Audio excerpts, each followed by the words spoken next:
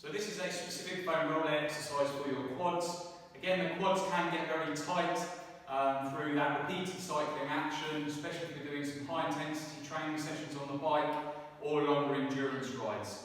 Tighter quads can lead to some knee pain and hip pain, so it is important that we do keep some good flexibility and length in these muscles.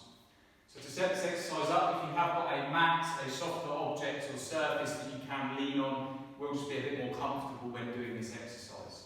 So we'll lie down on the ground, place the foam roller to begin with just above the kneecap, and your elbows will then go onto that softer object or surface.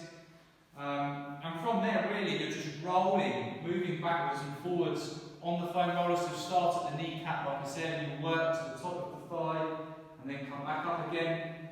To control the pressure that you are putting on, you can either have your toes on the ground or take your toes completely off the ground. This can be quite painful if you haven't done much foam rolling before, so you may want to start with just having your toes on the ground and use your hands to also control the amount of pressure that you are applying.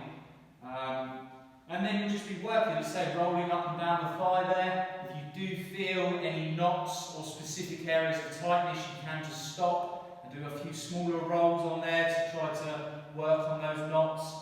You can also just turn sideways, so you'll have one thigh will be more on the outside and one will be more on the inside where you're getting that pressure.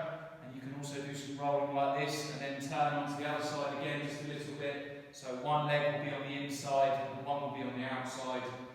And just spend some time working through. As I say, control that pressure. If you do start to get a little bit more comfortable with this, you can then just try to add a bit more pressure to work on those specific areas.